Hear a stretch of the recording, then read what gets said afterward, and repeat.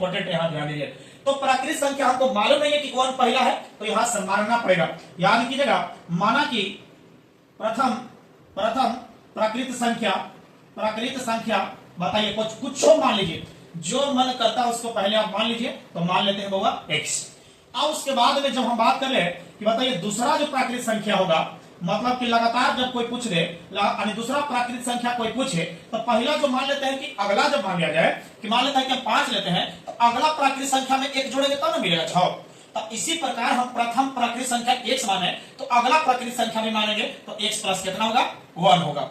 उसी प्रकार बताइए जब हम आपसे बोले कि तीसरा प्राकृत संख्या बताइए जी, तो बताइए x प्लस 1 होगा, मतलब है कि x प्लस कितना होगा, 2 होगा। जब चौथा आपसे पूछे, चौथा प्राकृत संख्या आपसे पूछे, तो बोलिए x प्लस कितना हो गया, 6 हो गया। कोई दिक्कत है? चौथा के बाद आइएगा पांचवा नंबर आइएगा, जब पांचवा प्राकृत संख्या आपसे पूछे तो x प्लस, देखिए चौथा था तो बताइए 4 में से 3 नहीं 1 जा रहा था 3, पांचवा है तो x प्लस 4। उसी प्रकार हम बोल दे कि बताइए nवां प्राकृत संख्या आपसे पूछ लिया जाए तो x प्लस, बताइए आप जो पांचवा ले रहा था तो 1 घटा के लिख रहा था, जब nवां लिया है तो इसको भी 1 घटा के लिखेंगे। मतलब है कि आपने क्या समझा कि nवां प्राकृत संख्या जब कोई पूछे तो x प्लस a माइनस 1, ये भी एक इंपॉर्टेंट है। ये सब थ्योरी इंपॉर्टेंट